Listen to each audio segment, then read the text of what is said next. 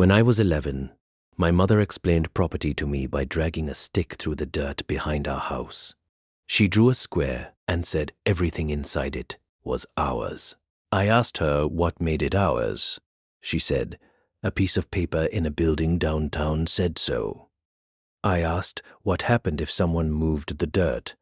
She laughed and said, "Dirt doesn't move," and that was the end of the lesson. I became a county property assessor for Harlan County, Kentucky, because the job was open and I had a degree in geographic information systems and nowhere in particular to be. That was 9 years ago. The work is exactly as unglamorous as it sounds. I drive to parcels. I measure boundaries. I compare what I find on the ground with what the recorded plats and deeds say should be there. When there's a discrepancy, a fence built 2 feet over a line, a driveway that technically crosses into a neighbor's lot, a creek that shifted and redrawn a natural boundary, I document it, file it, and occasionally testify about it in small claims disputes where people who've been neighbors for 30 years stop speaking to each other over a strip of grass the width of a bathroom. I say all of this so you understand that I am not someone who trades in feelings, impressions, or atmosphere. I trade in coordinates, in iron pins driven into the earth decades ago by licensed surveyors whose measurements I can verify or dispute down to 1/10 of a foot.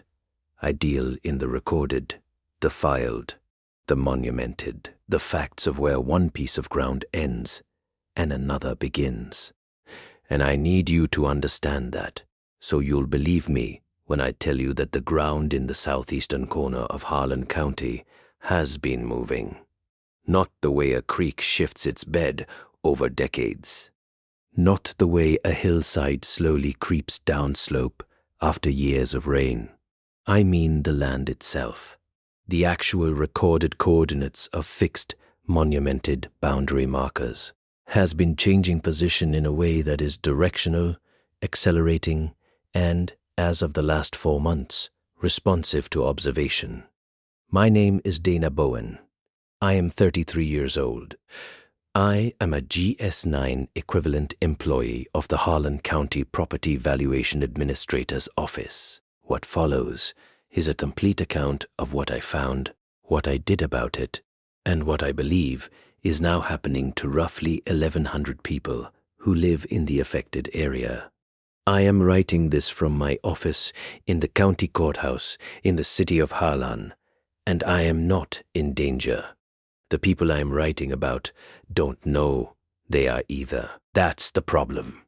It started in February with a boundary dispute. Carl Stoddard and his neighbor, Ennis Pruitt, owned adjacent parcels on Wallins Creek Road, about 18 miles southeast of town. Carl had put up a new fence the previous autumn, and Ennis was claiming it cut 3 feet into his lot. Routine. I'd handled maybe 40 disputes exactly like it since I'd taken the job. I pulled the original subdivision plat from 1974, loaded the parcel data into our GIS system, and drove out with my GPS unit and a measuring wheel to check the monuments. The original surveyor had set iron rebar pins at each corner of both lots. I found Carl's northeast pin, right where it was supposed to be. I found Ennis's northwest pin, the one that should have matched it since they shared a boundary, 6 feet further east than the plat said it should be. 6 feet is a significant discrepancy, not the kind of thing you get from a sloppy surveyor in 1974. The pin was original. I checked. Same type of rebar, same depth, same rust pattern as the other monuments in the subdivision. It hadn't been pulled and reset. It was simply in the wrong place, or the plat was wrong, or something else had happened that I didn't have a category for yet. I told both men I needed to do more research before I could give an opinion, and I drove back to the office and pulled every survey record I could find for that section of Wallins Creek Road. There were 6 parcels in the immediate cluster, I had GPS coordinates for their monumented corners, going back to a county-wide resurvey project in 2009. I compared the 2009 coordinates to the original plat coordinates from 1974. 3 of the 6 parcels showed discrepancies. All 3 discrepancies were shifts eastward. The magnitudes were different. 2 feet on one, 4 on another, 6 on Ennis Pruitt's. But the direction was uniform. I want to be careful here because I know how this sounds. Boundary discrepancies are common. GPS accuracy has improved enormously since 2009, and comparing old coordinates to new readings can surface errors that were always there but previously undetectable. That's the normal explanation, and it's the one I wrote into my preliminary report. But I didn't quite believe it because of something I noticed that afternoon while cross-referencing the parcel data. The 3 parcels that had shifted were all on the eastern side of their respective groupings. The 3 parcels on the western side of the same road showed no discrepancy at all. Their monuments were exactly where 1974 said they should be, and exactly where 2009 confirmed they were. If this were a GPS calibration issue, the error would be uniform. Every point would shift by the same amount in the same direction. That's how systematic instrument error works. What I was seeing was selective, only certain parcels, only in one direction, and the magnitude increased the further east you went. I didn't say any of this to anyone. I marked the Stoddard-Pruitt dispute as under extended review, and I started pulling records for the rest of the southeastern quadrant of the county. This took me 3 weeks. Harlan County is not large by Western standards, but it's deeply rural and topographically brutal, all ridges and hollows and creek bottoms, the kind of terrain where a quarter-mile straight line on a map means a 2-hour hike on the ground. The southeastern section, running from Wallins Creek down to the Virginia border, contains roughly 400 individually surveyed parcels. Most are residential lots between ½ an acre and 5 acres. Some are larger tracts, old mining company land, timber leases, a few agricultural holdings in the flatter creek bottoms. I pulled every recorded survey, every plat, every GPS dataset from the 2009 resurvey. I built a comparison map in our GIS system. I color-coded the discrepancies by magnitude: green for less than 1 foot, yellow for 1 to 3, orange for 3 to 6, red for anything over 6. The map, when I finished it, made me sit back in my chair and not move for a long time. The eastern edge of the county was red, deep red, shifts of 8, 10, 12 feet, all eastward. As you moved west from the Virginia border, the color cooled through orange to yellow to green until you hit a line roughly corresponding to Wallins Creek itself, where the discrepancies dropped to 0. West of the creek, every monument was exactly where it had always been. It looked like the eastern half of the county was being slowly pulled toward Virginia. No, that's not precise enough. It looked like something east of the county line was pulling the land toward itself. I printed the map. I stared at it for most of an evening. Then I did something that, in retrospect, I think was the first mistake, though I still don't know what the right alternative would have been. I decided to go check the monuments in person. Not just the Stoddard-Pruitt parcels, all of them, starting from the county line and working west, measuring every monumented corner I could physically reach to see if what the records showed matched what was actually in the ground. I started the following Monday. I told my supervisor, Gerald, that I was doing a routine accuracy audit of the southeastern quadrant survey monuments, which was technically within my job description and boring enough that he didn't ask any follow-up questions. The first week, I covered the parcels closest to the Virginia border.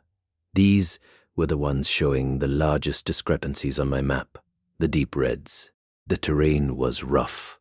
Most of these lots sat on steep hillsides above narrow creek drainages, thick with second-growth hardwood and undergrowth that hadn't been cleared in decades.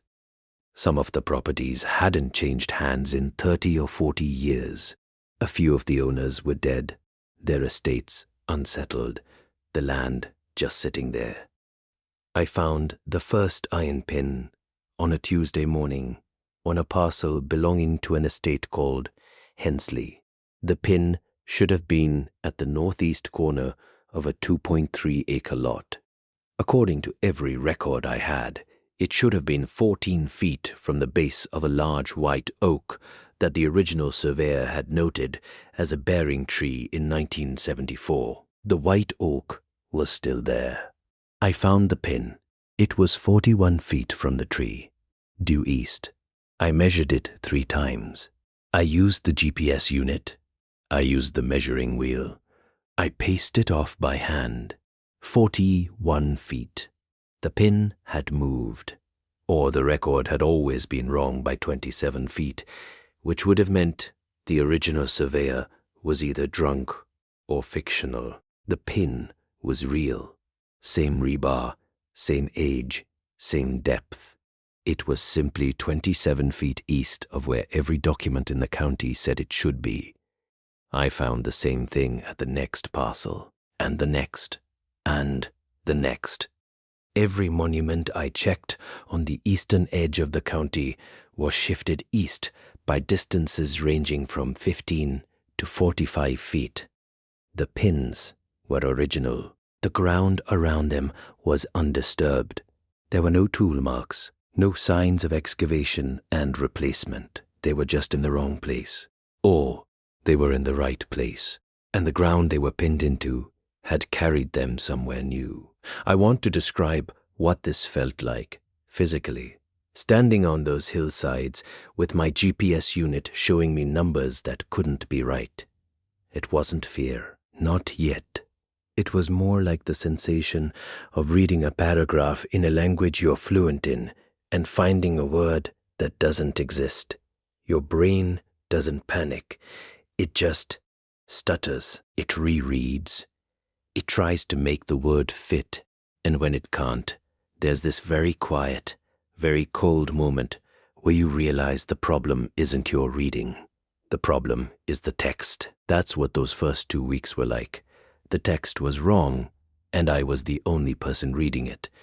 By the end of the second week, I had physically verified 63 monuments. Every single one east of Wallins Creek was displaced. The pattern held perfectly. Magnitude increased as you moved east. Direction was uniformly eastward, and west of the creek, everything was exactly where it should be.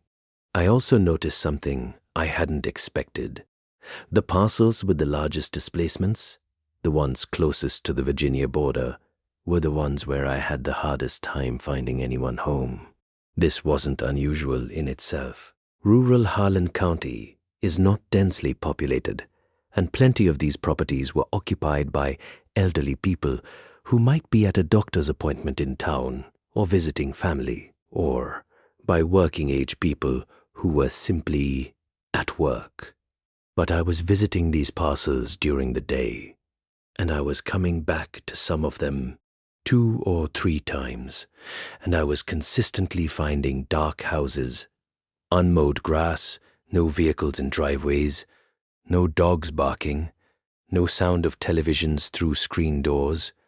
I started keeping a second list, not just the monument data, but a record of occupancy signs. Which houses had lights on? Which had recent mail in the box? Which had tire tracks in the mud of their driveways? Of the 31 parcels closest to the county line, I could confirm active occupancy at 9. I told myself this was Appalachia. People leave. The coal economy collapsed decades ago. Younger generations moved to Lexington, to anywhere with jobs. Empty houses in rural Kentucky are as common as church steeples. There was nothing necessarily wrong about 22 dark houses on a hillside in Harlan County, but the 22 dark houses were all in the red zone, and the 9 occupied houses were clustered on the western edge of it, closer to the creek. The deeper into the displacement zone you went, the emptier it got. I finished my field survey at the end of the 3rd week. I had data on 147 monuments across the southeastern quadrant. The pattern was ironclad. I went back to the office and updated my GIS map with the field-verified numbers, and now the gradient was even cleaner than before. It wasn't just a trend. It was a geometric function. I could draw a curve, displacement as a function of distance from a point east of the county line, and the data fitted almost perfectly. I'm a GIS analyst, not a mathematician, but I know what a center of attraction looks like on a spatial dataset. Whatever was pulling these monuments eastward had a source point. I ran the regression, and the curve converged on a location approximately 4 miles east of the Harlan County line, in Wise County, Virginia. I looked it up on the topo map. There was nothing there. National forest land, no structures, no roads, no mines, no features of any kind. Just a point on a wooded ridge at about 2,800 feet of elevation, where the numbers said the pulling was coming from. I saved the file. I backed it up to a thumb drive. I went home, and for the first time since this started, I couldn't sleep. Not because I was afraid, because I could feel the question forming that I didn't want to ask, and I knew that once I asked it, I wouldn't be able to go back to the version of my job where I just measured things and filed reports. The question was, what is happening to the people? If the land was moving, truly moving, not erroneously recorded, not systematically misread, but physically shifting eastward toward a point in Virginia, then everything on that land was moving with it. The houses, the roads, the people, and they wouldn't know. You don't feel the ground move when it moves slowly enough. You don't notice your house is 30 feet east of where it was last year if every landmark around you shifted by the same amount. Your fence is still the same distance from your door. Your mailbox is still at the end of your driveway. Your neighbor's house is still where it always was, relative to yours.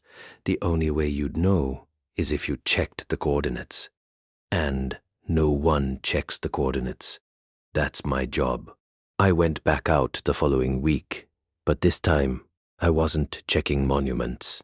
I was visiting the occupied houses, the 9 homes in the red zone where I'd confirmed signs of life.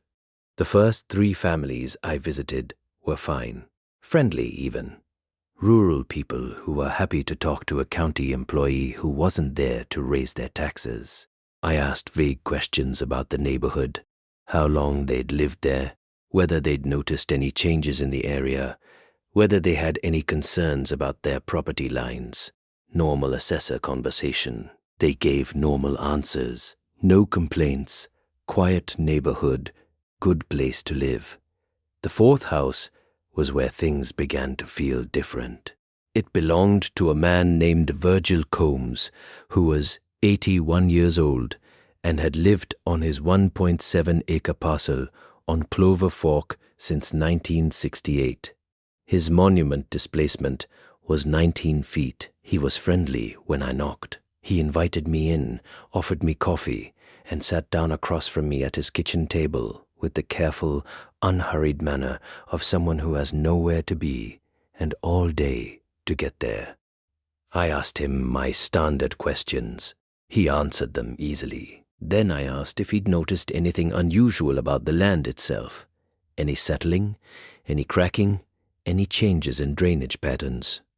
He thought about this for a long time. Not the way someone thinks when they're searching for a memory, the way someone thinks when they're deciding whether to share one. Then he said something I wrote down verbatim because it struck me as strange enough to record. He said, "The property got quieter about 3 years ago.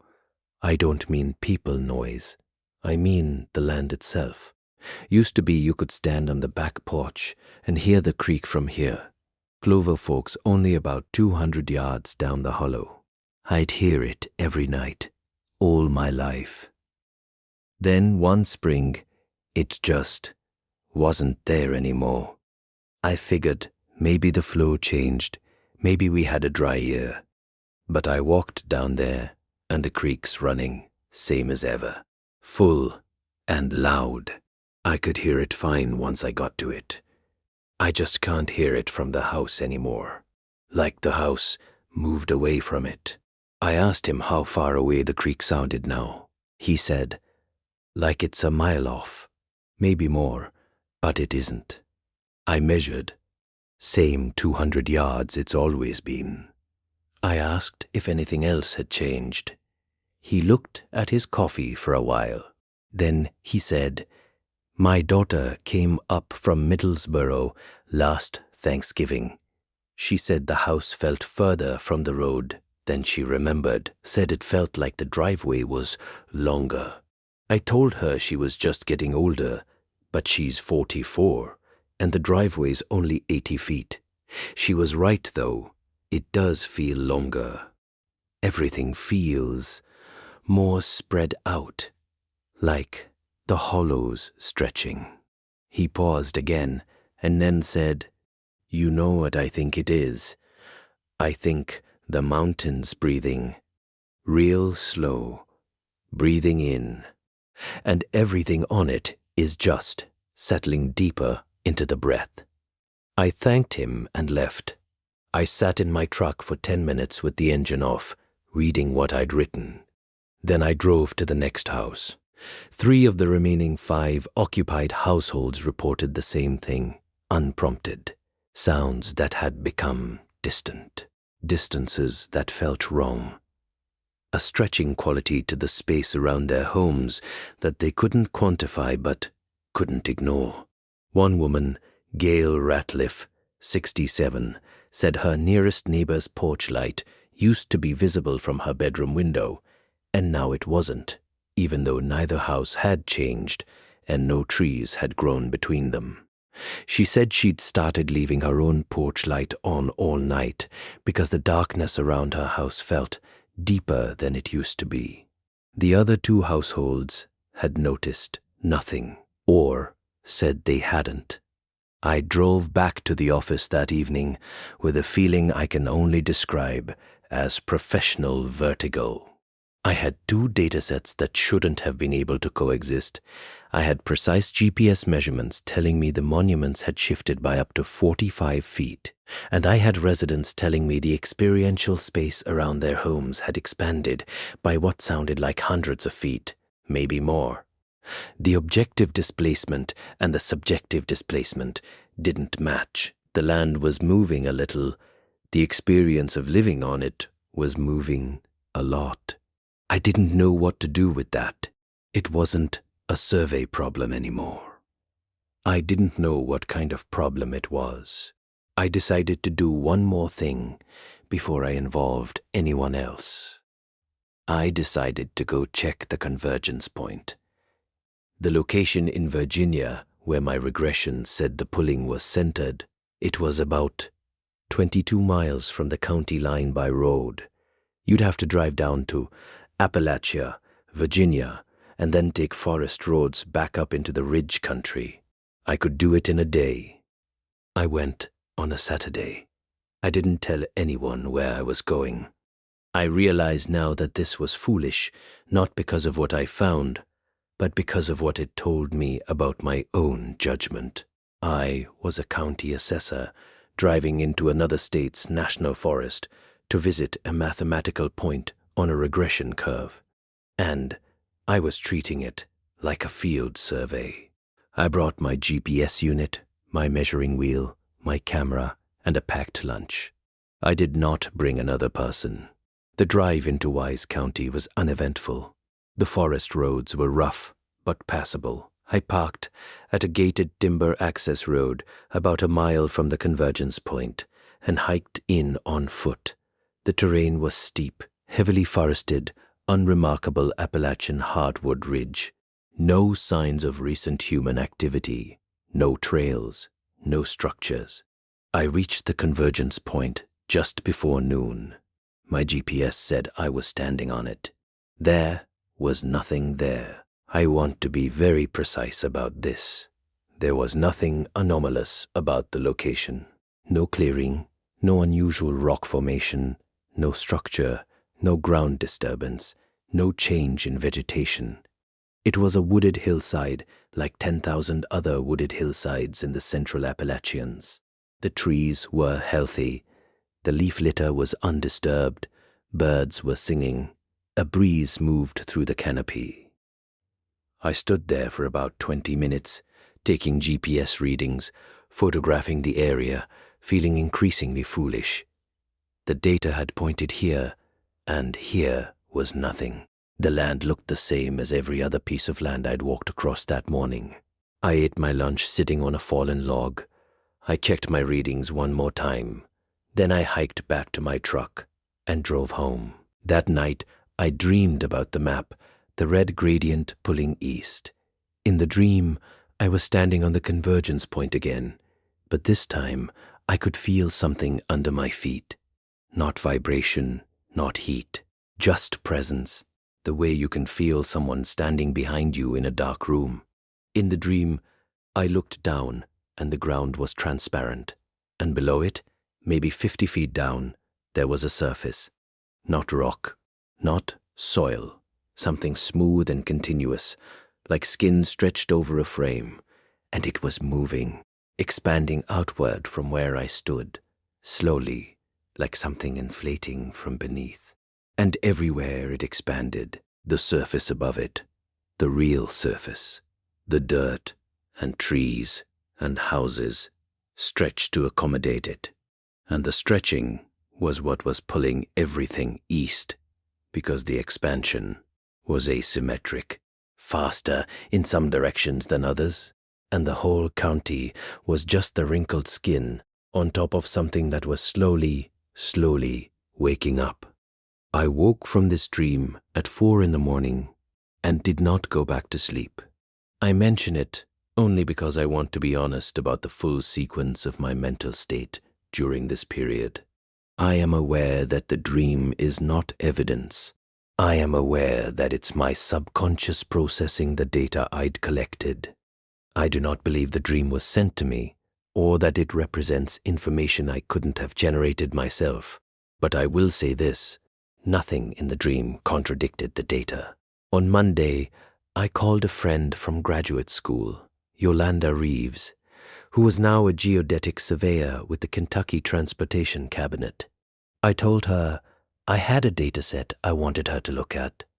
I told her it was a boundary accuracy audit. I did not tell her what I thought it showed. She agreed to meet me the following weekend. I emailed her the monument coordinates, all 147 points, with both the recorded positions and my field-verified positions. No interpretation, just numbers. She called me on Wednesday evening. She was quiet for a long time after I picked up. Then she said, "Dana, did you verify these in the field yourself?"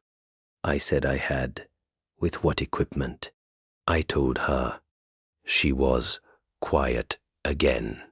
"There's a systematic eastward bias in your displacement vectors," she said. "That's usually an instrument issue, a bad base station, a firmware error, something in your correction pipeline. But the magnitude variation is wrong for that. Instrument error doesn't produce a clean distance decay function. This looks like..." She stopped. "I don't actually know what this looks like. Can I come out there?" She came that Saturday. We spent 2 days in the field together, rechecking a subset of 20 monuments with her equipment, which was significantly more precise than mine. Her numbers confirmed mine. In several cases, the displacement was slightly larger than what I'd measured 3 weeks earlier. I hadn't considered that. I'd been treating the displacement as a static condition. The pins were in the wrong place, and the question was why. I hadn't checked whether they were still moving, but Yolanda's measurements, compared to mine from 3 weeks prior, suggested that at least some of the monuments had shifted an additional 1 to 3 feet eastward in the interval. We sat in my truck on Wallins Creek Road on Sunday afternoon with her laptop between us, and she ran the comparison. The additional displacement was consistent with the existing gradient. The closer to the county line, the faster the movement. She calculated a rough rate. The easternmost monuments were moving at about a foot per week. She closed the laptop and looked out the windshield at the road and the hills and the low gray sky that is almost always low and gray over Harlan County. And she said, "This isn't survey error. This isn't subsidence. This isn't mine collapse, karst activity, or tectonic creep. I have been doing this for 8 years, and I don't have a classification for what this is." I told her about the convergence point. I showed her the regression. I told her about the residents' reports, the stretching distances, the receding sounds, the deepening darkness. She looked at me for a long time. "Have you told your office?" I hadn't. "Have you told anyone besides me?" I hadn't. "Why not?" I told her the truth. I hadn't told anyone because I didn't know what I was reporting. A boundary discrepancy is a filing. An instrument error is a calibration request. A geological event is a referral to the state geologist. But what do you file when the land itself is migrating toward a point in another state, and the people on it are experiencing spatial distortion that exceeds the physical displacement by an order of magnitude? There's no form for that. There's no agency for that. There's no category of knowledge that contains it. Yolanda said she understood, and then she said something that changed the way I thought about what I was doing. She said, "You know, the measurements are making it worse, right?" I didn't know what she meant. She explained. She'd been thinking about the additional displacement between my survey and hers. 3 weeks, 1 to 3 additional feet. But she'd noticed something in the per-monument data that I'd missed. The monuments I had physically visited and measured were the ones showing the most additional displacement. The ones I'd checked with GPS from the road without walking to them and standing over them had moved less. And the ones I hadn't revisited at all, the ones where I only had the original measurement, she had no comparison data for those. But the 20 she'd checked herself now included 5 that I had never physically stood over, and those 5 showed the least additional movement of any in the set, she said. I think the act of measurement is interacting with the displacement. I think when you go stand on a pin with a GPS unit and record its position, you're, I don't know, confirming it, fixing it, telling the ground exactly where it is relative to where it should be, and the ground is using that information. I said that sounded insane. She said, "I know, but the numbers support it. The monuments you've paid the most attention to are the ones that have moved the most since you started paying attention." We sat with that for a while. I asked her what she thought I should do. She said, "Stop measuring, at least until we understand the relationship between observation and displacement. If the act of surveying is accelerating whatever this is, then every time you go out there with your GPS unit, you're making it worse." I told her I couldn't stop. I had a job. I had a boundary dispute pending between Carl Stoddard and Ennis Pruitt that I'd been sitting on for over a month. I had a professional obligation to document what I'd found. She said, "Document it how? Write a report that says the land is moving east at a foot per week and your measurements are speeding it up. Who do you send that to?" She was right. And I hated that she was right. Yolanda drove back to Frankfurt on Sunday evening. We agreed to stay in contact. She said she'd look into the geodetic data for Wise County on the Virginia side to see if anyone there had noticed anything. I said I'd hold off on further field measurements for 2 weeks to see if the displacement rate changed in my absence. 2 weeks. I lasted 9 days. On the 9th day, I got a call from Gerald, my supervisor, asking me to go out to a property on Clover Fork because the owner had filed a complaint about a neighbor's new outbuilding encroaching on his lot. The property was in the red zone. I couldn't refuse the assignment without explaining why, and I couldn't explain why. I drove out there. I measured the boundary. The outbuilding was fine. It was 6 feet inside the neighbor's lot line. But while I was there, I checked the corner monuments, and they had moved. Not 1 to 3 feet, 7 feet, in 9 days. And the owner of the property, a man in his 50s named Dale Hoskins, came out while I was working and stood on his porch watching me. After a few minutes, he walked over and said, without any preamble, "You're the one who's been coming around." I said I was from the PVA's office doing a routine check. He shook his head. "No, you're the one who's been coming around, measuring. My cousin Virgil told me," said a woman from the county came and asked questions. And after she left, the hollow got wider. Said the night after you came, he couldn't see the tree line from his back window anymore. Said it looked like someone had pushed the mountain back. I didn't know what to say. I stood there with my measuring wheel in my hand and my GPS unit clipped to my belt. And this man, looking at me like I'd done something to his home, he said, "It's been getting worse since February. Since you started. Whatever you're doing out here, it's making the land pull harder. My wife says the kitchen feels longer. She says it takes more steps to get from the stove to the table than it used to." I counted once, and she's right. It's 14 steps now. It used to be 9. The kitchen hasn't changed. You can see the walls are the same, but the space inside is wrong. He wasn't angry. That was the part that disturbed me most. He was calm and tired and matter-of-fact, the way people in this part of the country are when they describe a flood that took their car or a mine that took their father. Resigned to the presence of forces that don't care about you. He was describing the interior of his house stretching like taffy, and his tone was the same tone he'd used to describe a property tax increase. I asked him if he'd considered leaving.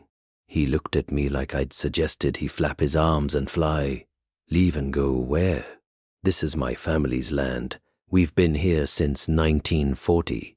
You think I'm going to sell a piece of ground that's doing whatever this is? Who's going to buy it? And what happens to the land if everyone leaves? Does it just keep pulling with nobody on it, or does it need us here?" That last question kept me awake for 2 nights. I drove back to the office and called Yolanda. I told her what had happened. I told her the displacement had accelerated dramatically. I told her what Dale Hoskins had said about the interior of his house. She was quiet for a long time, and then she told me what she'd found on the Virginia side. She'd contacted a colleague at the Virginia Department of Transportation who had access to the Wise County Geodetic Control Network. Virginia had done a statewide resurvey in 2018. Yolanda had compared the 2018 control point positions to the original NGS coordinates, and she'd found the same thing I'd found: eastward displacement. A clean gradient increasing toward the same convergence point. But in Virginia, the displacement was in the opposite direction from what you'd expect. On the Virginia side, the monuments weren't being pulled east, they were being pulled west, toward the same point.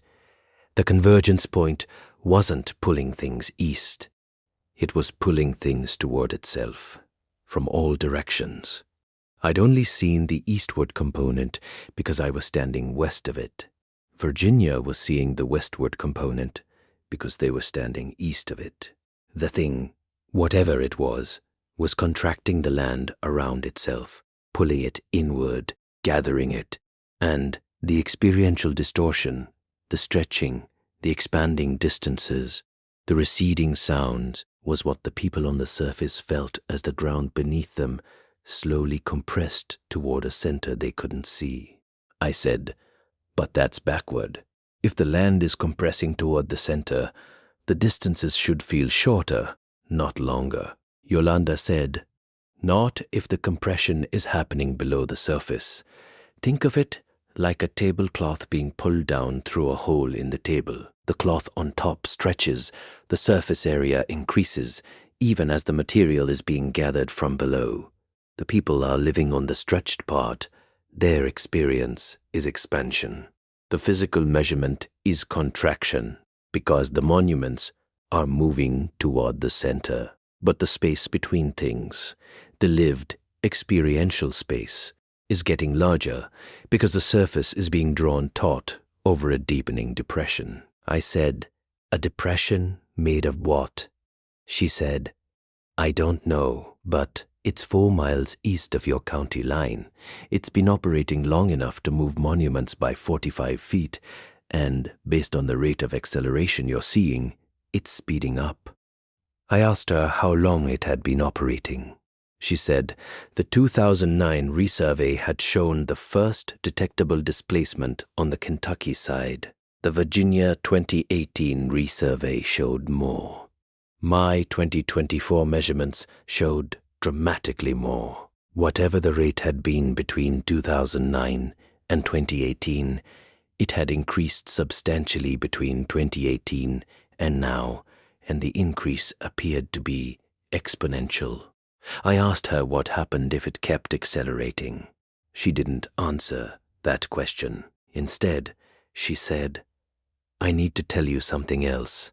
I pulled demographic data for the affected area on both sides of the border. Census data, postal records, utility connections.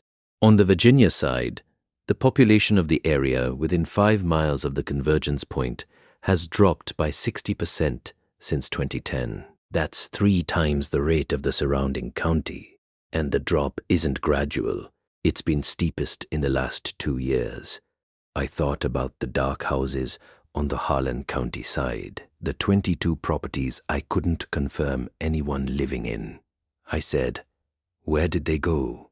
She said, "That's what I've been trying to figure out. The utility disconnection records show service terminations, but no forwarding addresses. The postal records show mail holds that were never converted to forwards. The census data just shows declining household counts. These people didn't move in any way that leaves a paper trail. They just stopped being at their addresses." I said, "People in rural Appalachia do that sometimes. They go stay with family, they lose their homes and just leave. 60% of them in 5 years, in one specific geographic area, with no forwarding addresses, no utility transfers, no death certificates, no moving truck records, nothing." She was right. This wasn't economic attrition. This was something else. I asked her what she wanted to do. She said, "I want to set up a monitoring grid, continuous GPS stations at fixed intervals from the convergence point outward, logging position data in real time. If we can establish the rate and pattern of displacement without sending people into the field to take manual measurements, we can track it without making it worse." Yes, I agreed, but I told her I needed to do something first. I needed to go back to the occupied houses in the red zone and tell the people there what I'd found. I'd been sitting on this data for almost 2 months. Whatever was happening to the land, the people living on it had a right to know. Yolanda disagreed. She said telling them would cause panic, would bring attention to the area, would potentially bring more people into the displacement zone to gawk or investigate, and every additional person standing on that ground with the intent to observe or measure what was happening would, if her theory was correct, accelerate the process. I said, so the option is to say nothing and let 1,100 people sit on ground that's being pulled into a hole by something we can't identify. She said, the option is to understand it before we publicize it. If we go public now, with what we have, we'll get geologists and journalists and curiosity seekers, and every one of them will be out there with instruments, measuring, observing, confirming, and if observation accelerates displacement, then we'd be flooding the zone with exactly the kind of attention that makes it worse. I understood her logic. I hated it, but I understood it. We compromised. Yolanda would acquire the continuous GPS stations through her department. She could justify it as a geodetic monitoring project, which it technically was, and I would install them at the outer edges of the displacement zone, far from the convergence point, where the effect was minimal. We'd collect baseline data for 30 days before making any decisions about disclosure. She shipped the equipment to me the following week. 8 stations, solar-powered, cellular-connected, logging position data every 60 seconds. I installed them over the course of 3 days, placing them on fence posts and utility poles along Wallens Creek Road and the surrounding ridge lines, all on the western edge of the displacement zone, where the shifts were still under a foot. The stations came online on a Thursday. By Saturday morning, the data was already wrong. Not the displacement data. The displacement data was behaving as expected. Small, gradual, eastward drift consistent with the outer edge of the gradient. What was wrong was the station spacing. The 8 stations were placed at known distances from each other. I'd measured those distances during installation. I'd recorded the interstation baselines precisely. By Saturday morning, the distances between the stations had increased by an average of 4 feet. The stations hadn't moved toward the convergence point. They'd moved away from each other. The surface between them was stretching. I called Yolanda. She pulled up the data remotely and went silent for almost a minute. Then she said, the stations aren't just measuring the displacement. They're part of the surface that's being displaced. They're experiencing the stretch in real time. I said, but the interstation distances are increasing. That means the surface is expanding. Earlier we said the surface stretches because the subsurface is contracting. So if the stations are showing expansion, then the contraction below is accelerating faster than our model predicted. The surface is being pulled tighter. The stretch is increasing. I looked out my office window at the hills to the east and tried to imagine what was happening beneath them. A tablecloth being pulled down through a hole. The surface stretching, thinning, pulling taut over a deepening absence. And the people on the surface, in their houses that felt longer, on their driveways that felt wider, surrounded by darkness that felt deeper. They were living on a membrane that was getting thinner every day. I said, how thin can it get? She said, I don't know, but at some point a surface stretched over a void reaches a limit. It either stabilizes or it tears. I didn't install any more stations. I didn't go back into the red zone.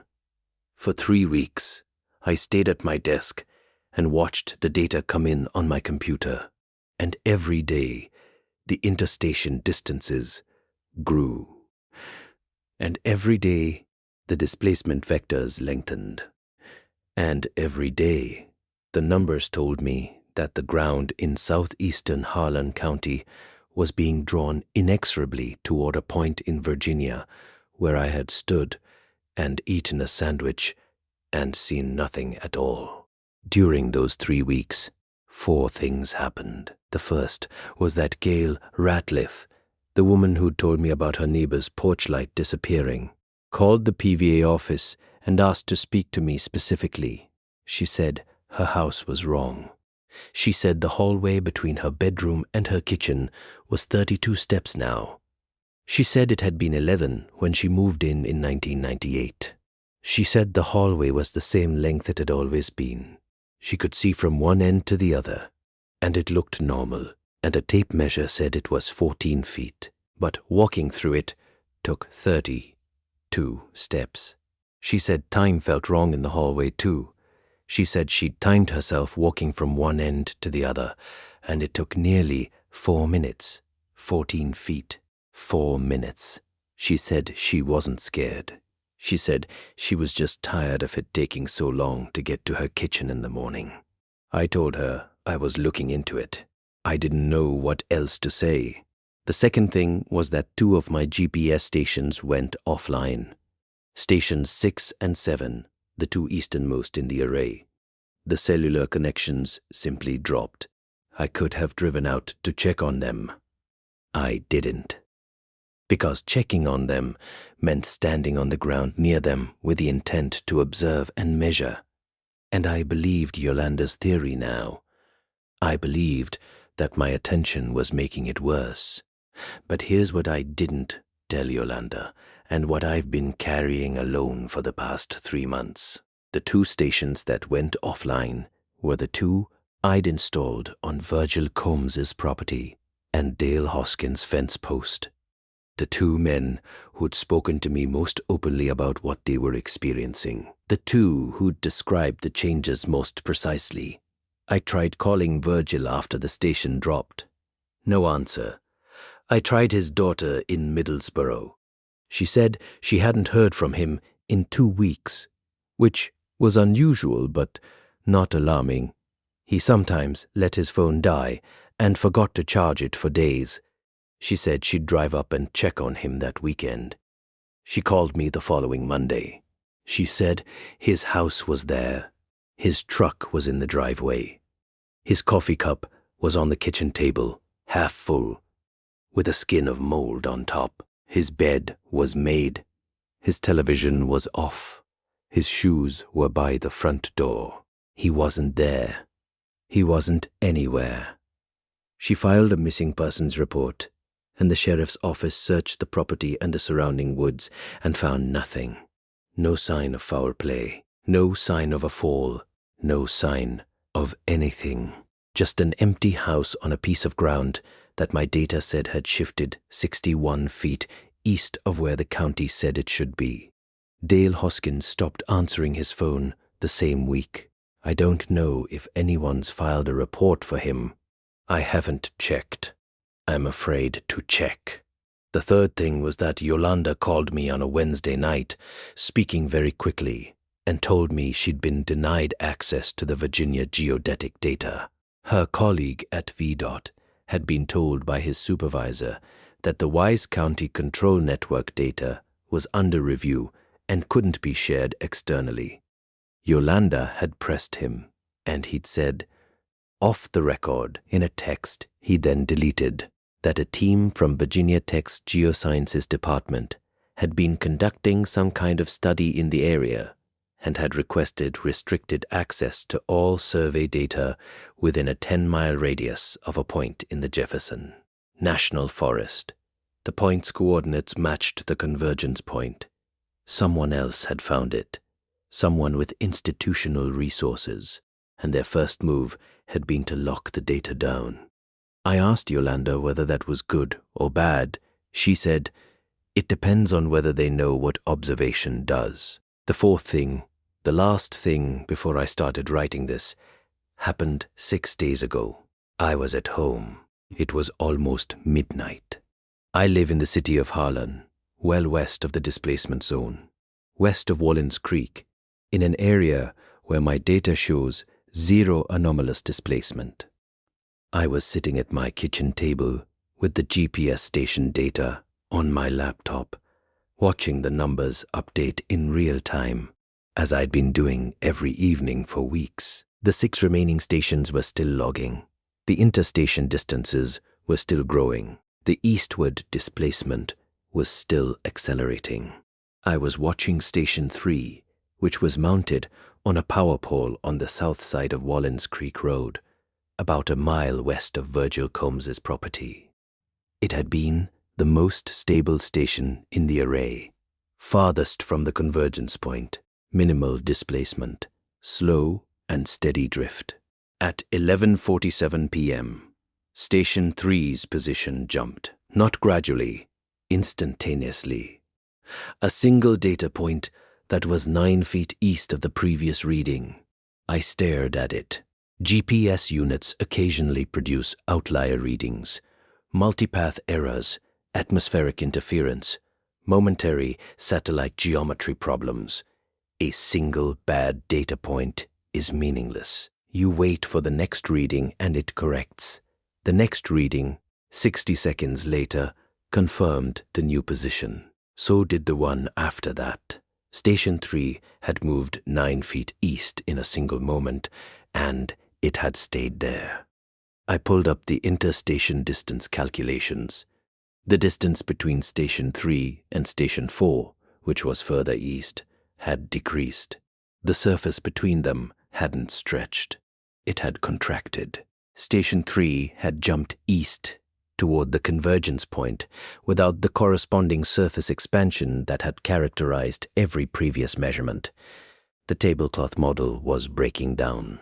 Or the stretch had reached its limit, and now the surface was being pulled inward without thinning, just gathered, dragged, the way you'd pull a sheet off a bed, not stretching it, but simply moving it.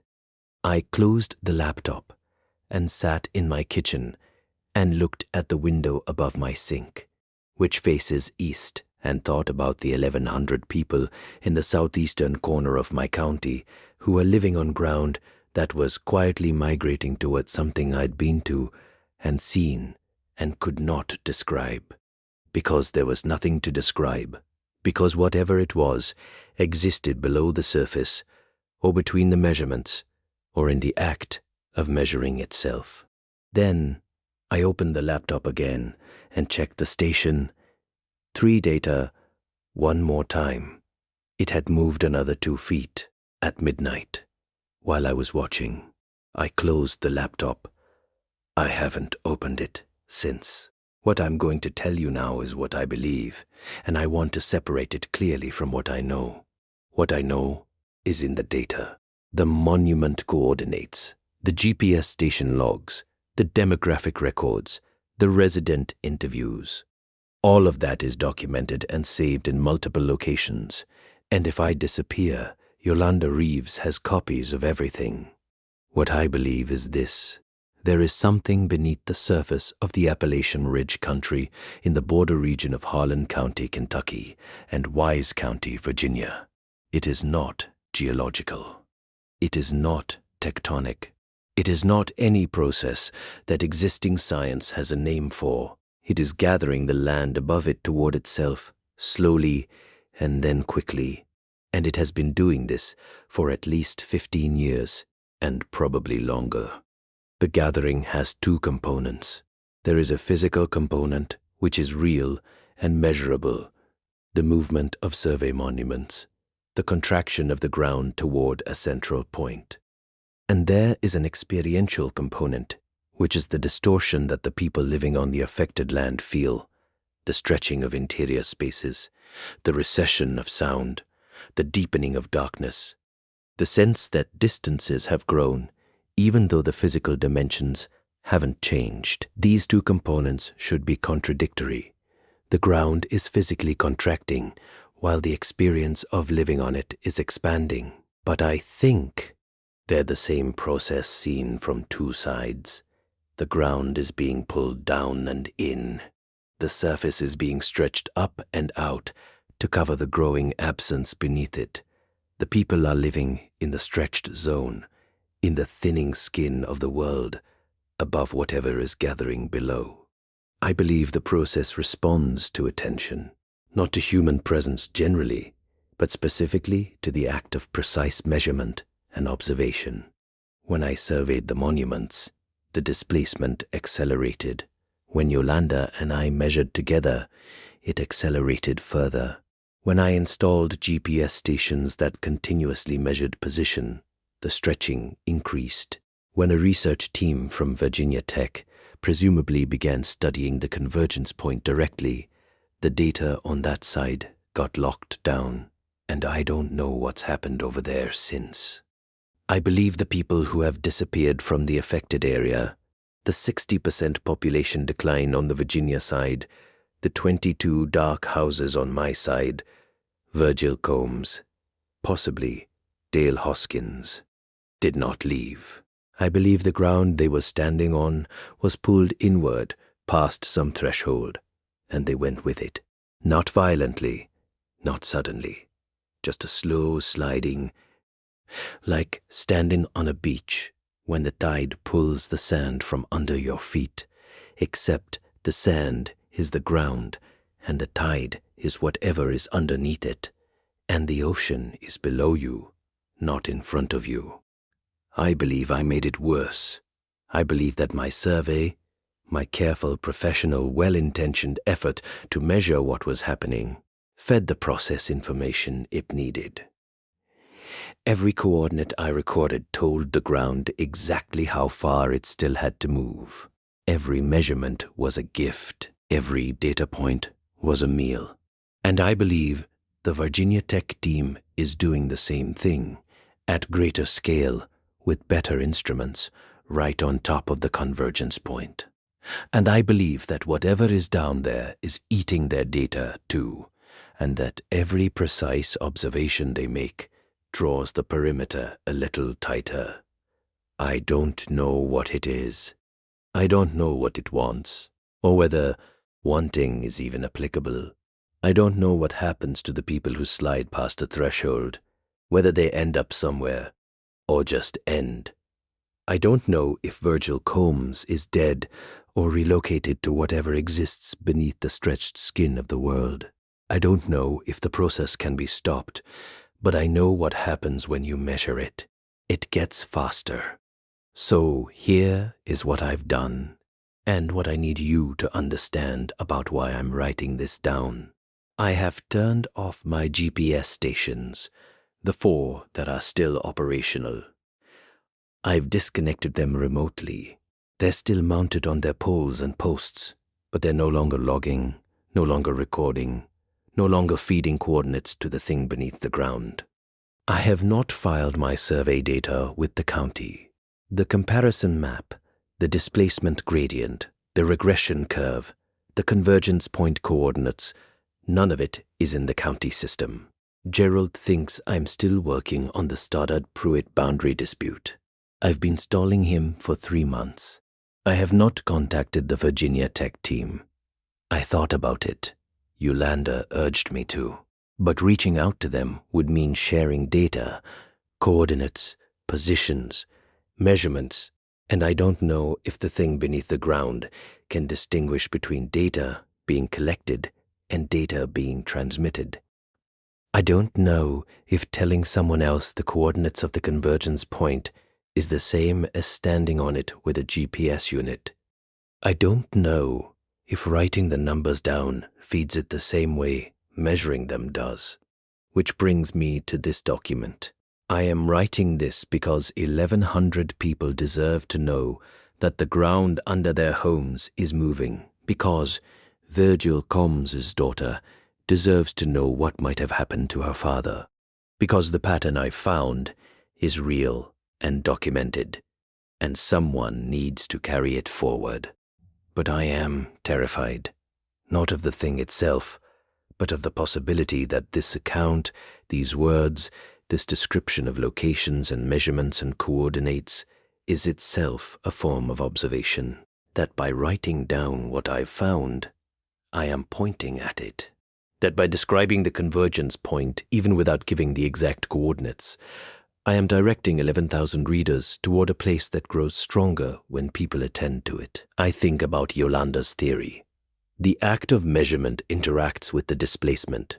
The act of precise observation accelerates the process. And what is this document if not the most detailed observation I've ever made? A comprehensive account of every measurement, every data point, every coordinate comparison, organized and narrated and given to an audience.